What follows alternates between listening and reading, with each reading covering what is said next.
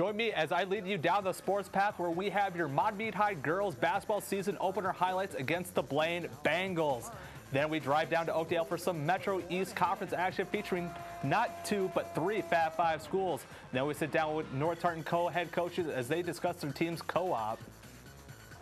I think it's been, to be honest, it's been really good. Better than expected.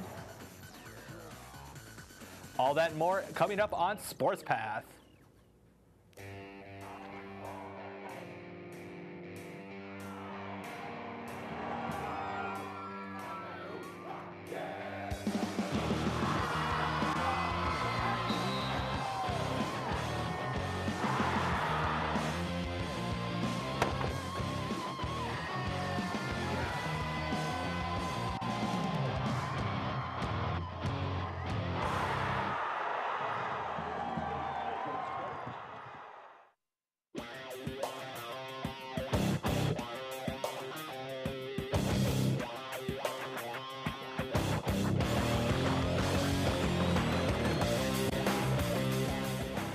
Welcome to another fantastic episode of Sports Path. I'm Michael Lawrence. The winter sports season is officially underway with your Fab 5 schools gearing up for both basketball and hockey. But before we lead you there, let's get things started off right and begin with our trivia question. We know that the Hill Murray girls hockey team won a title last year. So for tonight's question, I want to know, when was the last time that one of the boys' Fab 5 hockey teams won the state tournament? If you know the answer, be sure to check out our Facebook page and be the first one to answer correctly. And the question is, when was the last time one of your Fab 5 hockey teams won the state tournament? And hey, we got some fabulous prizes. We got this hat, we got this t-shirt, we got this mug, and we also got this gym bag. And if you're watching on YouTube, still plenty of time to answer. Be the first one to answer correctly. Just go to our Facebook page. Now let's turn our attention to the hardwood, starting with the Metro East girls basketball standing. For the most part, these teams have just started the season yesterday, but Hill Murray will play Edina this Friday night. Last night, the Pullers lost to Minneapolis Southwest, but they hope to rebound tonight against Mounds View. Tartan picked up their first win in their season opener, with their starting 5 scoring 56 of the team's 59 points against Spring Lake Park. Then the Zephyrs lost to the Blaine Bengals last night, and let's dive into that game to see how it went down. This was the season opener for the Zephyrs, but this would be the Bengals' second game of the season as they beat Duluth East in their first game. It was quite the atmosphere at Maumee High, which they have one of the nicest high school gyms in the metro area. It started with bringing down the lights for the players' intro and having special lights going all the way around the gymnasium. One of the questions that Maumee High has to answer going into this season is replacing one of their star players from last year, Allie Green, who averaged over 20 points and 10 rebounds a game. She was also named third all-metro team by the Star Tribune. So who's going to step up and try to replace some of Green's production? Front runner is Emma Grothaus. She was also on last year's team and one of their stars. But who else is going to step up since she can't do it all by herself? Well, I guess we'll just have to stay tuned and see if they can figure that out. But back to last night's matchups, as the starters are going to be introduced for the game. And the lights are down, but we did not have to wait for them to come back up. So for the Bengals, Allison Jablonski drives the lane, fakes a pass, and gets the bucket to fall. Moments later, the Zephyrs trying to work it inside to Grothaus. She shoots it, but it's blocked. But Annika Sogstad is there for the putback, and they get things going. But later, Blaine goes on a bit of a scoring run. Theresa Grace Mafambo misses the free throw. Zephyrs get the rebound, but they lose it to full court pressure, and Emily Fleet gets the easy 2 as the Bengals lead 16-6. Eventually, Maumee High claws their way back down by 2. Grothaus gets it in the paint, shoots, and the game is tied at 22. Blaine gets the lead once again and goes up by 5, but Sogstad pokes the ball away, chases it down, and gives it to a wide-open Maggie Frecking for the bucket. Zephyrs down 27-24. Blaine playing for the last shot. Eventually, Jablonski will get it back. She pulls the trigger. No good. Mafambo tries for a shot, but time expires, and the Bengals have the 27-24 lead at the half. It would be tough sledding for the Zephyrs. And the second half, only scoring 2 points in 6.5 minutes. but Samantha Hogan, she's driving to the paint, loses the ball at the top of the key, but Marissa Gustafson is there and works it in the post to get something going.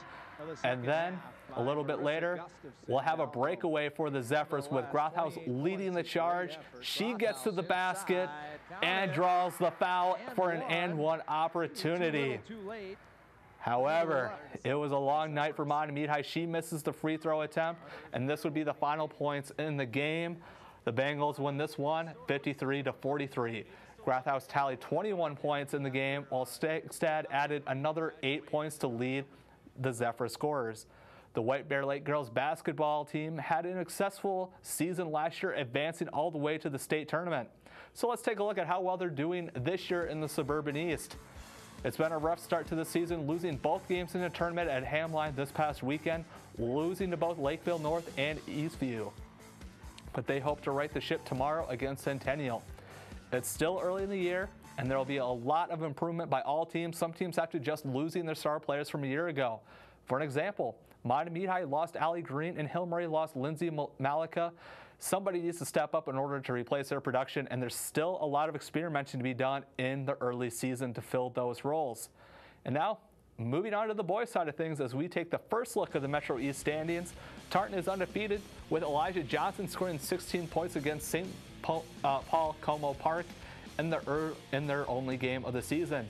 North has played 4 games and split them, and they are averaging over 66 points a game in the early going.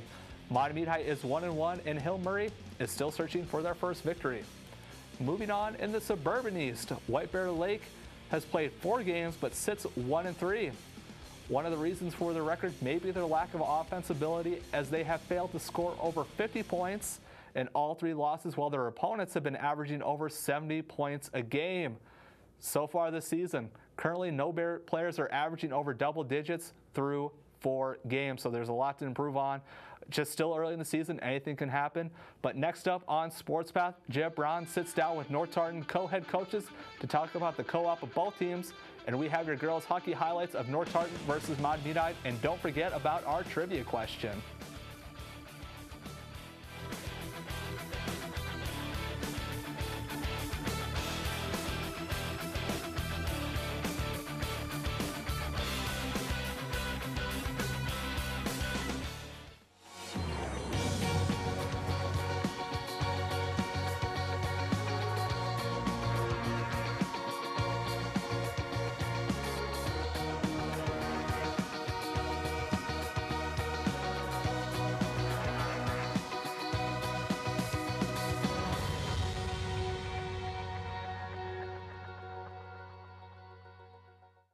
You've messed up your son's haircut.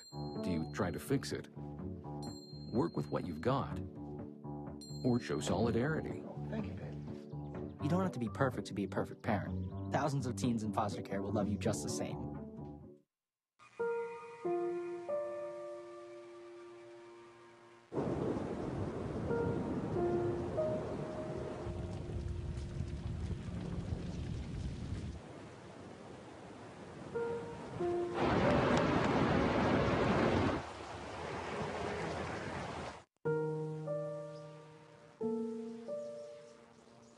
Don't wait.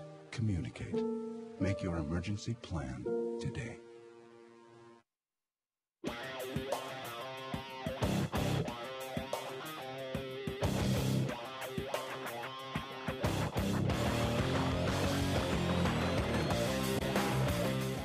We are always looking for volunteers to work behind the scenes. If you've ever taken a liking to filming things with a camcorder, perhaps running the camera with other camera operators, whether it be running the camera, operating graphics, or even instant replay, you will love the fast-paced environment that is live television production.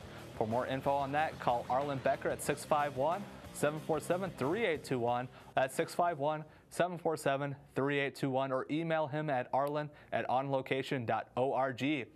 Welcome back once again to the Sports Path desk. We just got done with our basketball coverage, and we'll be moving right on to hockey. But first, let's remind you of our trivia question. When was the last time that one of your Fab 5 boys hockey teams won the state tournament? As we all know, Hill Murray girls won last year, so that was a little bit of inspiration for this trivia question tonight. comment on our status. If you know the question, at our Facebook page. That's at facebook.com/TV19sports. You could win some fabulous prizes. We got the hat, we got the t-shirt, and we got the mug. And also, we have this gym bag. And if you're at Facebook, if you know the answer, go to our Facebook page. And since you're there, be sure to like us on Facebook as well. We're also on Twitter. Be sure to follow us there as well. And if you're watching on YouTube, you can still answer the question. You just got to be the first one to answer correctly. But moving on, there has been a lot more action in hockey at this time, and even some conference games have been played. The co-op team that makes North and Tartan sits atop with 2 conference wins over Matamidi and Simile. Matamidi is 1-2 with their lone victory coming against Simile. In the Zephyrs' 2 losses, they've been outscored 2-13. Included in that stat is Hill Murray beating the Zephyrs 8-1. All right, let's head down to Oakdale to Tartan Arena to see the co-op team, North Tartan, taking on Matamidi. Both teams coming in this matchup with a record of 1-2. But they are ready for the start of this Metro East Conference clash, and we caught up with both head coaches, Craig Mickelson and Nick Flares, before the game. We have to capitalize on our opportunities and score goals when they're there. We have to play good defense, keep shots to the perimeter so our goalie sees them, and we have to use our skating skills and move the handle of the puck. First off, we got to come out fast. I mean, you saw last game we came out slow. Roseville took it to us early on. We come out fast, we play hard, we'll be perfectly fine in this game. Secondly, we got to get shots. We got to put pucks in the net. We have opportunities. We had opportunities against Roseville. Said we handled the puck a little bit longer. Should have thrown a few more at the net. And that's going to be a key tonight, especially because they've had some really good goaltending so far this year. And third, I'd say we got to possess the puck, and that's starting with we got to win face-offs, and then go from there where we're possessing the puck, passing the puck well, and controlling the zone. So. Now let's get a good look at the goalies. Starting from Matamidi is number 34, Leah Arndt, and for North Tartan, getting the start is number 33, Merritt Larson. Interesting storyline here, but she is splitting time with Maddie Campbell, the former goaltender from Tartan a year ago. Moving on to the second period, we're still sitting scoreless. North Tartan with possession, but not for long as Kaylee Heinl intercepts the pass, skates to the other end, trying to beat defenders, cuts it inside, and goal. And now let's go to that replay as the Zephyrs take the 1-0 lead as Heinl goes glove side. Later in the second, North Tartan has the numbers in a power play. Jordan Jackson patiently sets up the offense, sees an opening, and fires away. And Tara Bigley tips the puck in, and game tied at 1. And just about to the second intermission, both teams fighting for the puck near the Zephyrs goal. Bigley eventually comes up with it for NT, centers it to Lily Lavinge, who knows what to do, and NT gets the 2-1 lead before they hit the locker rooms. And here we get another good look there as Bigley centers it beautifully to Lavinge. And moving on to the third period, Jackson with the puck. And man, she's just going to do some fancy skating. Weaves her way in and out down the ice, and she goes coast to coast for the goal to build upon North Tartan's lead at 3-1. And here it is again, smooth as ice. She beats the Zephyrs defense, showing off her moves to get the 1-1. Later in the third, Zephyrs trying to get something going, but it goes awry. With Maddie Chokas stealing it, breaking away. She puts it through the 5-hole, and the route is on. This will be NT's 4th goal in the game, winning 4-1. Moments later, North Tartan threatening once again. Just a mess in front of the Zephyrs goal. Eventually, Zoe Kalashak-Klein pokes the puck in, and a lot of movement and ricochet happening. But Kalashak-Klein cleans it up nicely. Just a lot of movement, and they take the 5-1 advantage after that ordeal. With under 3 minutes left to play, Jackson will go to the penalty box for cross-checking, giving Matamidi a much-needed power play. But Mara Larson, well, she was ready for the onslaught, saving everything coming her way in the final 2 minutes. The Zephyrs had multiple chances, but they came up short each time. Larson ensure NT's lead stays intact as they win 5-1. Jeb Braun caught up with both North Tartan goalies after the game to get their thoughts on the game and splitting time this season, part of this co-op team. And then, North Tartan did a really good job of, creating some opportunities. Miss Larson, how did tonight's game go? How did you get focused, and what were some of the challenges you guys had early on? Well, in the beginning, we kind of started out a little slow, but then towards the middle of the game, we started to pick it up. Third period especially, we were like going and going. We had a ton of shots. I think that's one of our biggest challenges throughout the season is we haven't taken as many shots, and we haven't been able to score because we haven't taken shots. But now today we took shots, and then we scored a bunch of goals, so I think that's good. I think definitely one of the challenges is I like to talk, so I get very unfocused in the middle of the games. And so I need to listen to my music, get my rubber ball out, and just play ball with myself, and I'm back in it. And also, I need Soupy, too, because me and Soupy, oh my God, Soupy's my life. We're also here with Maddie Campbell. Now, both girls, as we talked about in our pregame, it's a co-op season, so it's splitting time, kind of playing the hot hand is what both coaches have talked to us about. And Maddie, what are some things that you do to get yourself focused? Obviously, it seems like you guys have a tremendous support for each other and who's playing. And so what are some of the things you do when you come into a game? Honestly, I don't do much. I just kind of go about the routine with the rest of the team. I don't really have a set routine for myself. I just kind of go with the flow, and that's how I usually get ready in my mental game, because I don't believe in any superstitions or anything, so just doing whatever works, so yeah. Awesome. Well, best of luck the rest of the season for both of you. We look forward to covering your games, as they come about. So good luck in the rest of the season in the inaugural co-op for North and Tartan. In the Suburban East, it's starting out to be sort of a mess with 7 teams having records over 500 and the other 2 teams are winless. The Bears have wins over Park at Cottage Grove and Cretin-Durham Hall. Number 10, Sarah Moy, leads the team in points, scoring 5 goals to go along with her 5 assists. The Bears will take on conference leader Mounds View this Saturday. So lots of exciting things happening in girls hockey. It appears like North Tartan is starting to gel. But will it be enough as they have to take on state champs Hill Murray late in January? Stay tuned to find out. Also, the White Bear Lake girls should be able to compete in the Suburban East. With that said, let's transition over to the boys hockey teams. Starting with the standings in the Metro East, nothing too exciting yet as the season has just begun, but Hill Murray won their only game. Matamidi is currently 2-1 with their lone loss coming against Cretin-Durham Hall. North has still yet to win a game with their latest defeat coming against Irondale, losing 7-0. And through 3 games, Tartan has scored 13 goals to have a record of 2-0-1. Now let's take a look at how well White Bear Lake is doing in the Suburban East. And they are sitting at the top with 2 conference wins in the young season, beating both Mounds View and Park at Cottage Grove. And they'd like to add onto their conference winning streak when they visit Roseville this Saturday. But one thing to mention too is we got that Hill Murray and White Bear Lake boys hockey game. That's always an exciting affair. It's going to be fantastic atmosphere. Truly an exciting matchup, and if you're a fan of high school hockey, you got to check it out. So backpedaling just a bit as we go back to the girls hockey, we mentioned before how North and Tartan will have co-op teams for the season.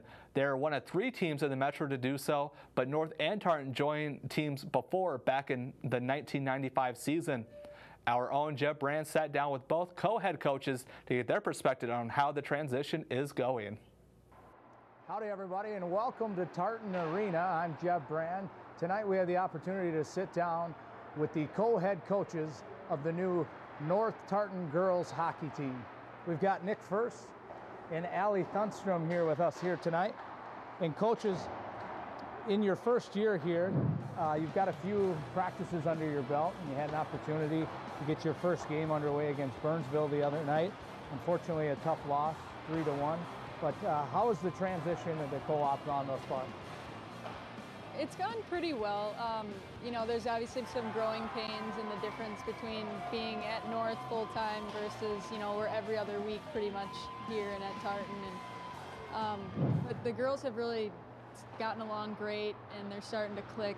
And we actually played Northfield on Saturday and pulled out our first win in dramatic OT fashion. So awesome. Going in the right direction. So off to a 1-1 start early on. Obviously, last year Tartan had a great season, finishing second in the standings. North, on the other hand, a little bit of a rebuilding year. How have the girls adjusted thus far? A lot of them obviously probably growing up together, but generally being rivals, now coming together as a team. How has the transition for the gals been? I think it's been, to be honest, it's been really good. Better than expected.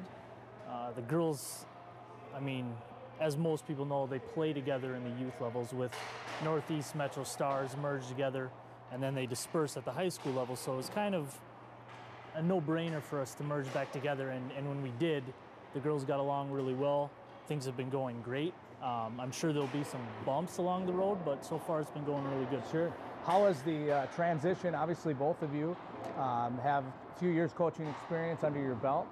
You go from being the head coach of the team to all of a sudden have to share the responsibility. How have you guys delegated who's in charge of what and whatnot? How's the transition been for the coaching staff? I think it's been really smooth. I mean, yeah, there's a lot of authority or whatever that comes with being the sole head coach, but it's actually really nice to have another person with that same experience to bounce ideas off of and to really have a give and take type of relationship. Yeah, just piggybacking off that, it's really nice having someone there like affirming what you're doing is correct, and then when you're like, I'm not really sure, she's like, yeah, don't go that way. So it's a new experience that I've never been a part of, but sure. It's been great. What has the say practices? Obviously, different venues. You've got two different high schools merging together. How do they go about, I guess, where you're practicing game sites? Do you have a specific home arena, or they kind of split the time between both venues? Yeah, it's split. We try to practice at the rink we're playing our games at that week, and we tried to balance it where 7 home games are at Tartan Arena, 6 home games are at North. That was as balanced as we could get, and pretty much practices are along those lines where we're about 7 weeks here, 7 weeks there, so it's been balanced well. Now both of you guys have a decorated hockey past, leading your respected high school. Allie with North St. Paul Polars, Nick obviously with the Tartan Titans. More along for the ride for me. Both of you able to take your teams to the state tournament. What experiences has that led now into your coaching days? I think for me, I mean, it's such a special experience getting there, and you hear it from guys that are playing pro that they still remember playing in the state high school league tournament, and that is really how it is. I've had the opportunity to play for Boston College and to play on the national team, and I still remember stepping onto the ice for the first time during the state tournament. So that's just an experience that I want these girls to have and to, earn and to get that experience themselves, because it really is unforgettable. Yeah, I don't have such a decorated career in hockey, but it was a great experience. I went 2 years with what you would call a blue-collar team. Not really a huge spotlight on anyone on the team. We had a lot of good players, well-rounded with a little bit of depth, but it was one of the best experiences of my athletic career. And we'd love to bring the girls there and let them experience that, because it's something you remember for the rest of your life. Absolutely. Getting back to the 2015 season as we look ahead, what are some of the goals that you guys have in place? First off, early on, obviously trying to mend a team together, but also long term. I'll let you take that. I think we're looking, to at least put the team together where we build some camaraderie, where the girls are enjoying playing together, and build this cohesiveness between the two groups. And from there, we hope that the skill, the athleticism kind of take over, and we start finding those things like we're getting big goals, we're winning games that we should win, which leads to being in games that we shouldn't be in, and finding wins there, and then hopefully that that's going to carry over into playoffs, right? North, a little bit different history with playoffs. Tartan, I don't know for sure. If I look at the archives, I don't know that there's been a playoff win when it's just been Tartan by itself. Other than maybe a play-in game, there might have been one in the past that I'm unaware of. So So we're looking to get into the playoffs and compete and find ourselves 1, maybe 2, maybe 3 wins, right? And be a competitive team that other teams are like, wow, we don't want to face off against North Tartan. Sure. Obviously, with the gals coming together, you got to lean on senior leadership from both sides, both North St. Paul and then also Tartan. Who are some of the impact players or key leaders that we should keep an eye on for the upcoming 2015 season? Definitely on the North St. Paul side, we have a lot of seniors. I think we have 11 this season, and right now we have Lily Longeman that's been on the team since 8th grade. Great player. She's forward, and she's definitely one of the players to watch. Also, we have a senior goalie, Marit Larson. She's been our goalie since she was a sophomore, played every game, pretty much every minute. Even last season, like we said, was a rebuilding year. She'd see 70 shots in a game. So she's very well tested, good veteran. And then we have Sarah Warner and Callie Kolbeck that have been, on the team from their sophomore years and are really solid leadership. On the Tartan side of the merger, there's a well-known name, Jordan Jackson. She's been playing high school, I think 7th, 8th grade. I'm not sure when you can start, but this is I think her 5th or 6th year lettering. She's a captain, 2-year captain. Just a great defenseman, leads the team out there. She'll be one to watch against Roseville, and then goaltender Maddie Campbell, who led us last year in the nets, and her and Marit will go toe-to-toe this year. Both great goaltenders, and they're going to push each other, which will be great for both of them. And we got some other seniors that have been around for a long time and have helped out. Tara Bigley, she's been around for a while and a big piece of this, and some other juniors and whatnot. There's a lot of girls, a lot of depth with the Tartan girls. So, as far as goaltending goes, will they split time or whoever's got the hot hand type approach? So far, they've split games, but it's really early. I mean, obviously, if a goalie's got a shutout streak going and she's playing, she's going to play. We're not going to sit and say, yep, every game they're going to switch. It's going to be who's playing best, but hopefully it pushes both of them to really come with their A game every night. Well, guys, we want to thank you for taking some time out to chat with TV19. Best of luck in the 2015 season, and we'll talk to you soon. Thanks so much. Thanks once again to the co-head coaches, Nick Fuerst and Allie Thunstrom, for sitting down and doing that interview with us. And we wanted to take the time. Hope they have a good job the rest of the season. They're starting to gel a little bit, and hope they'll be able to compete in the Metro East.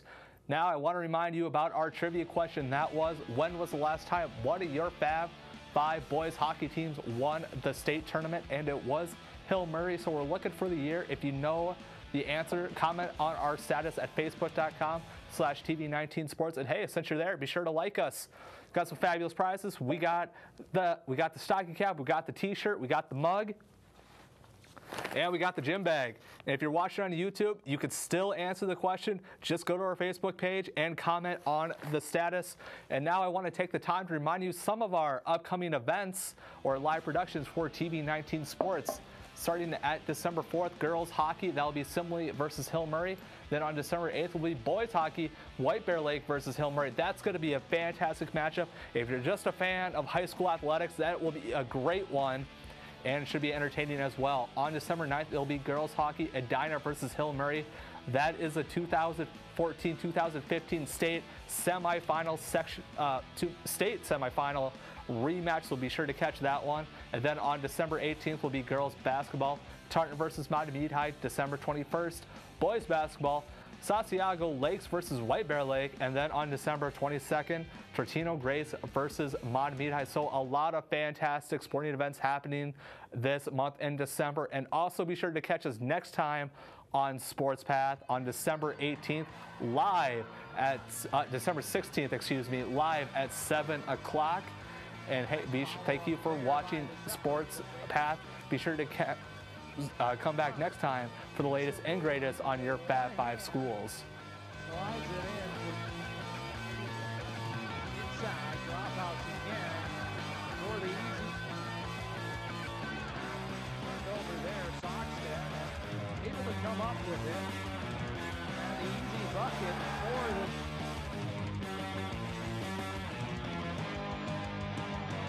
inside. Gustafson counted the first point of the second half by Marissa Gustafson down low.